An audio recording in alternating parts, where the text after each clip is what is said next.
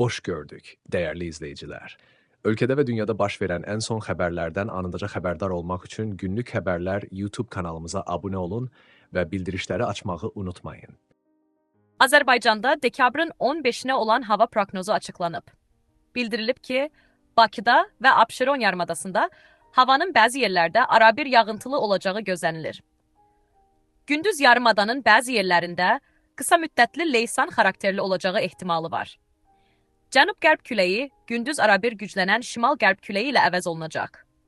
Havanın temperaturu gecə 2-4 dərəcə isti, gündüz 5-7 dərəcə isti olacaq. Atmosfer təzyiqi 768 mm civə sütunundan 765 mm civə sütununa enəcək.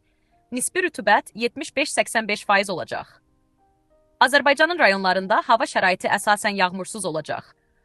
Lakin gecə və səhər bəzi şərq rayonlarında arabir yağıntılı olacağı, axşam isə dağlıq ərazilərdə qar yağacağı gözlənilir. Bəzi yerlərdə arabir duman. Mülayim qərb küləyi əsəcək. Havanın temperaturu gecə 1 dərəcə şaxtadan 4 dərəcəyə də isti, gündüz 7-10 dərəcə isti, dağlarda gecə 0-5 şaxta, gündüz 2-7 dərəcə isti olacaq. Gecə və səhər bəzi dağlıq ərazilərdə yolların buz bağlaması ehtimalı var.